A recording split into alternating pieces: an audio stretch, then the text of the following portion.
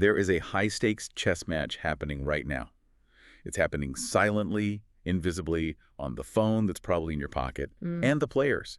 It's your dinner delivery driver, a black box algorithm, and as of this week, the mayor of New York City. And honestly, it might be one of the most important labor battles of the decade. Yeah. We aren't just talking about, cold pizza here. We are talking about a fundamental clash between code, capitalism, and the law. Welcome back to the deep dive. We're looking at a stack of sources today that, well, it feels like it belongs in a techno thriller, but it is actually the news from this very week, January 2026. A lot. We've got a dense research paper on algorithmic resistance, we've got Reddit threads just exploding with driver gossip, and reports on a massive legal crackdown in NYC. It really is a perfect storm. I mean, you have the game theory aspect, drivers trying to outsmart a machine, and then you have the heavy hand of the government just coming down when that game theory fails. So let's orient ourselves. It is January 2026. New York City Mayor Zohran Mamdani has just launched what the press is calling an enforcement blitz. And the numbers are just staggering. They really are. The city is alleging that apps like DoorDash and Uber Eats have effectively deprived workers of $550 million in tips. $500 million. I mean, that is not a rounding error. That is a massive transfer of wealth away from the workforce. Nope, it's not. And the city isn't just, sending angry emails. They have actually sued a delivery app called MotoClick. Right. And this is the part that really jumped out at me from the filings. They sued the CEO personally. That is the game changer. Yeah. Usually in the gig economy, companies pay a fine, they settle. It's just the cost of doing business. But targeting the executive personally for wage theft, that sends a shiver down the spine of every tech CEO in Silicon Valley. Exactly. And they've sent warning letters to 60 other companies because stricter laws kick in on January 26th. The clock is ticking. So the clock is ticking. But before we get to the government crackdown, I want to rewind. Okay. Because to understand why the government is stepping in so hard, we have to understand what the drivers tried to do first. Right. One of our key sources is this fascinating research paper titled Decline Now. Right. This is essential context. Before the government got involved, the drivers tried to fight the algorithm themselves. It's a classic, case of human ingenuity versus code.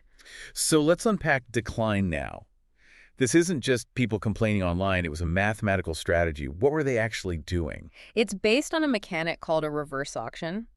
Most people don't realize this, but when you order food on DoorDash, the price offered to the driver isn't static. Right. If a driver looks at the offer and says, no, that pays too low, and declines it, the algorithm, it panics a little bit. Well, it has a constraint. It has to get that food delivered before it gets cold and you get angry. So when a driver says no, the algorithm offers the order to the next driver, often with a small pay bump.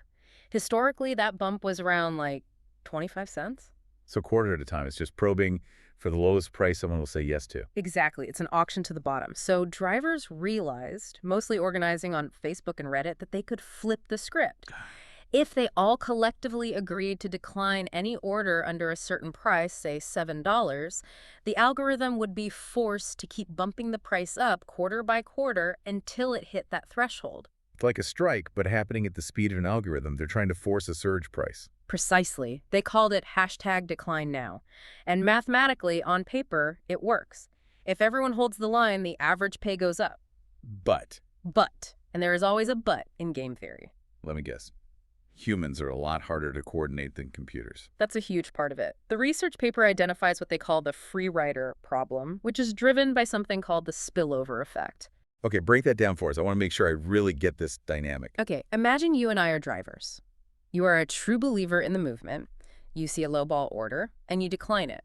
Right. You take a hit because you're sitting there earning nothing, waiting for the price to rise. You're paying the cost of the protest. Right, I'm sacrificing for the cause. I'm just sitting idle in my car. So the algorithm bumps the price, but then I, the driver who isn't part of the movement, maybe I just logged on, maybe I don't check Reddit, or maybe I just don't care. You just see a good offer. I see this juicy boosted order pop up. I accept it immediately. I get the bonus money that you created, but I didn't pay any of the cost of waiting. So the people trying to fix the system are the ones losing out, and the people ignoring it are cashing in. That sounds incredibly demotivating. It kills the movement. And the paper identifies the critical variable that breaks this whole strategy. They call it labor oversupply. In the math, they represent it as new hour buyer. I saw that in the notes. N is the number of drivers, and B is the demand. Right. Think of it like a ticket counter. If there are 5 tickets and 5 people in line, everyone can negotiate. Okay. But if there are 5 tickets and 1,000 people in line... The negotiation power is 0. Exactly. If not the number of drivers huge, the strategy just collapses. There is always someone desperate enough or just new and unaware who will take the order before the price spikes high enough to help the organizers. So as long as there is an endless supply of workers, the algorithm always wins. Unless, and this was the aha moment in the study for me, unless the drivers change tactics. The researchers suggested that instead of just declining orders, drivers should organize in shifts. Shifts? Yeah. Like a regular job? Yes. By voluntarily limiting who works when, they could artificially create undersupply. If fewer drivers log in at any given time, the algorithm loses its leverage. That is so ironic. To beat the gig economy, they have to reinvent the traditional work schedule. It is, but think about the logistics of that.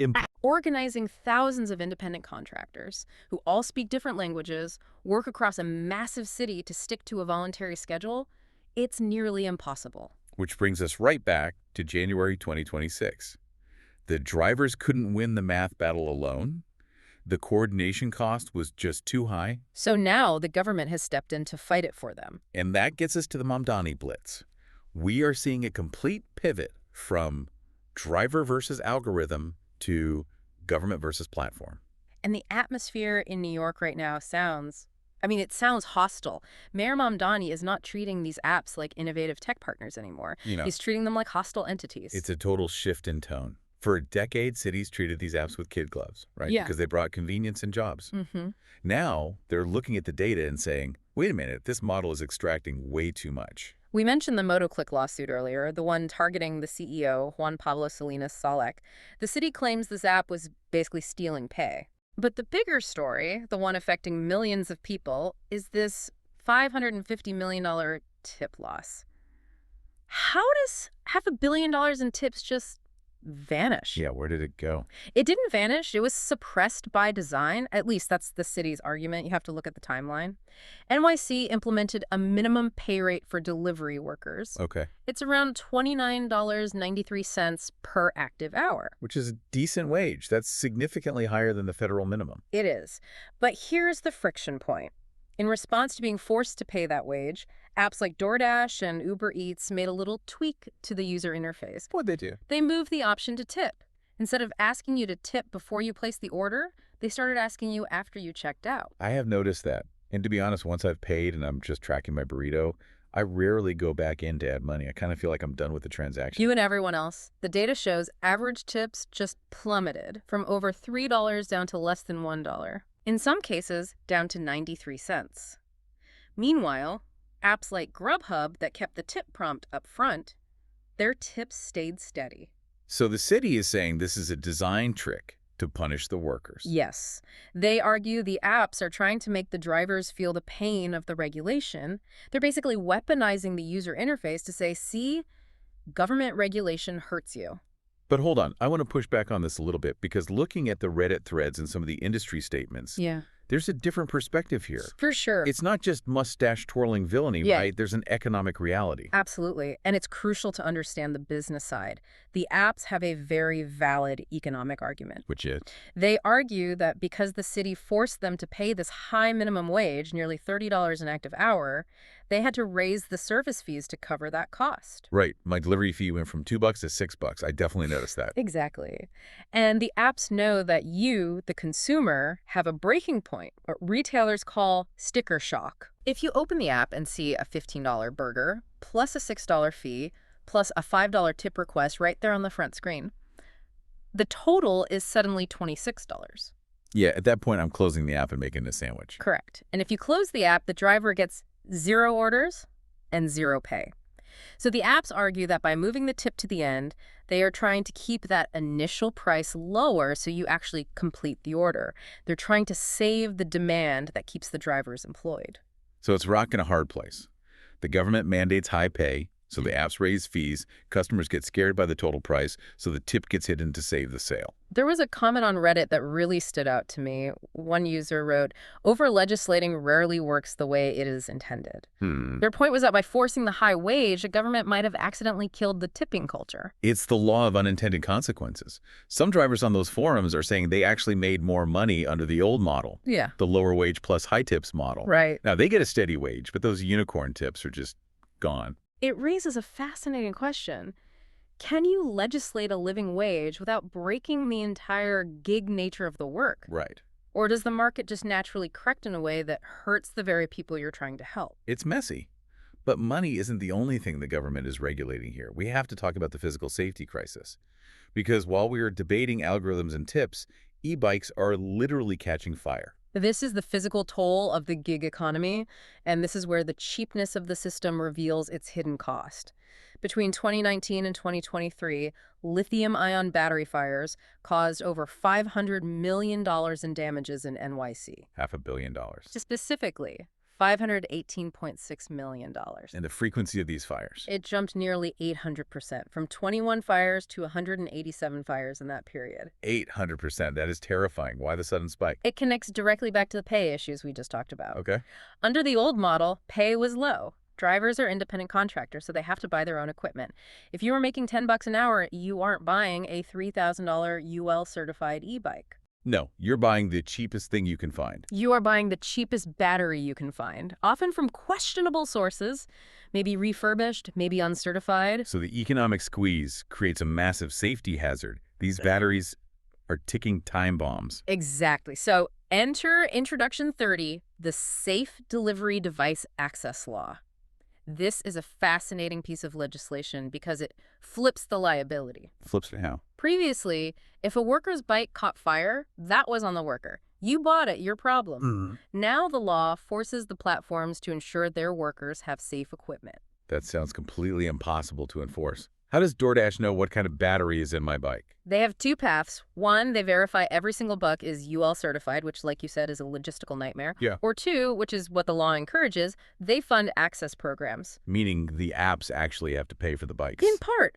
Large companies, those with over 5,000 workers, have to fund thousands of e-bike trade-ins or provide rental subscriptions for safe bikes. Basically, the law says, if you want to profit from this labor, you have to help underwrite the safety of the equipment. So the app pays to get the dangerous batteries off the street. Precisely. And the impact was immediate. In the early data comparison, fatalities dropped from 14 down to 4. Wow. That is a massive success for regulation, regardless of where you stand on the economics. It's interesting to see the corporate response here, too. Yeah. Our sources mention Wonder Inc., which owns Grubhub. They agreed to partner with the city. Right. But DoorDash took a much harder line. Right. DoorDash claims they empower local economies and that the city is overstepping. It really highlights the split in strategy. Some companies are trying to adapt to become partners with the city, while others are still fighting to keep that independent contractor Wild West alive. Speaking of fighting, everything comes to a head on January 26, 2026. That is the deadline for the new laws. What exactly changes on that day? The new rules tighten the screws even further. They require apps to show the tip prompt at checkout, forcing that issue we discussed, and set a minimum default gratuity. And the apps are just accepting this. Not at all. They're suing. They're arguing this is compelled speech. Compelled speech. That sounds like a First Amendment issue. It is. They are arguing, we are a technology platform. The government cannot force us to ask our customers for money in a specific way. It's a pretty novel legal argument. Does an app interface count as free speech? That Reddit thread was pretty savage about this showdown. I saw one user post, "Tony Goose is cooked," referring to Tony Zhu, the DoorDash CEO. There's a real sentiment among drivers that these companies have had free rein for far too long. That sentiment is definitely there. Drivers feel like they've been the variable in an equation that always solves for company profit. Yeah. But we have to balance that anger with the risk. We saw this in the Reddit discussion too, the loss leader argument. The idea that the companies might just leave. Exactly. If New York City becomes too expensive, too regulated, and too legally hazardous for CEOs, they might just decide the market isn't worth it. Just pack up and go. Leave New York without any delivery apps. It's possible. Or they drastically reduce service. If they leave, those thousands of jobs, Even if they were imperfect jobs, they just disappear overnight. That's the leverage the apps still have. It's a massive game of chicken. The mayor is betting the apps need NYC's density too much to leave. The apps are betting the regulations will break the system and anger voters who want their dinner. And amidst all this high-level legal fighting, we shouldn't forget the most vulnerable people involved here. Right. Part of this enforcement blitz is also targeting immigration fraud. There are scammers preying on undocumented delivery workers, promising them fake assistance to get them onto the apps. It just highlights how squeezed this workforce is. They're squeezed by the algorithms, squeezed by battery fires, by scammers, and now by this huge legal battle. It's a harsh ecosystem, and honestly, it serves as a warning about what happens when you let a sector grow too fast without any rules. You end up having to fix it with a sledgehammer later on. So let's zoom out. We started with drivers trying to hack the algorithm with math and failing because of the free rider problem. We ended with the mayor suing CEOs and rewriting the safety code. What's the big picture here? I think we have moved from the Wild West era of the gig economy to what I'd call the public utility era. Unpack that distinction for me. Well, 10 years ago, gig work was all about disruption. Move fast, break things, dodge regulations. The algorithm was king. Right. Now, in New York City at least, the government is setting the price with a minimum wage, they're setting the safety standards with certified bikes, and they're even designing the user interface with these tipping rules. Sounds a lot like a taxi commission. Or a bus service. Exactly. The tech part is becoming less relevant than the labor part. The algorithm's ability to squeeze efficiency is being fenced in by the law. So for the listener, whether you're ordering a reader tonight or you have a portfolio full of tech stocks, this is the bellwether. What happens in NYC in January 2026 is likely going to ripple out to London, to San Francisco, to everywhere. Absolutely. If Mamdani wins, the gig economy as we knew it, cheap, unregulated, algorithm-driven, is basically over in major cities. If the apps win their lawsuits, we swing back to the market deciding everything. It is fascinating. I used to just think about whether my fries would be soggy. Now I'm thinking about reverse auctions, spillover effects, and legislative blitzes. That's the reality of the phone in your pocket. It's a battlefield. So we've covered the math, the law, the safety. But I want to leave our listener with one final thought to mull over. Here's what I keep coming back to. We're doing all of this, the lawsuits, the trade-ins, the organizing, to try and make this specific business model safe and profitable for workers. But if the only way to make the gig economy work is through heavy government intervention that mimics traditional employment, does the gig economy actually exist anymore? Right. If you have a minimum wage and a schedule and safety equipment that's basically provided by the boss, you just have a job. Exactly. Have we just reinvented the pizza delivery job from 1995 but inserted a much more expensive app in the middle? That is the question. Are we innovating, or are we just circling back to where we started? A massive thank you to our listener for joining us on this deep dive. Let us know what you think. Are you team algorithm or team administration? Or maybe just team tip your driver, preferably in cash. Always a safe bet. Thanks for listening. We'll catch you on the next deep dive.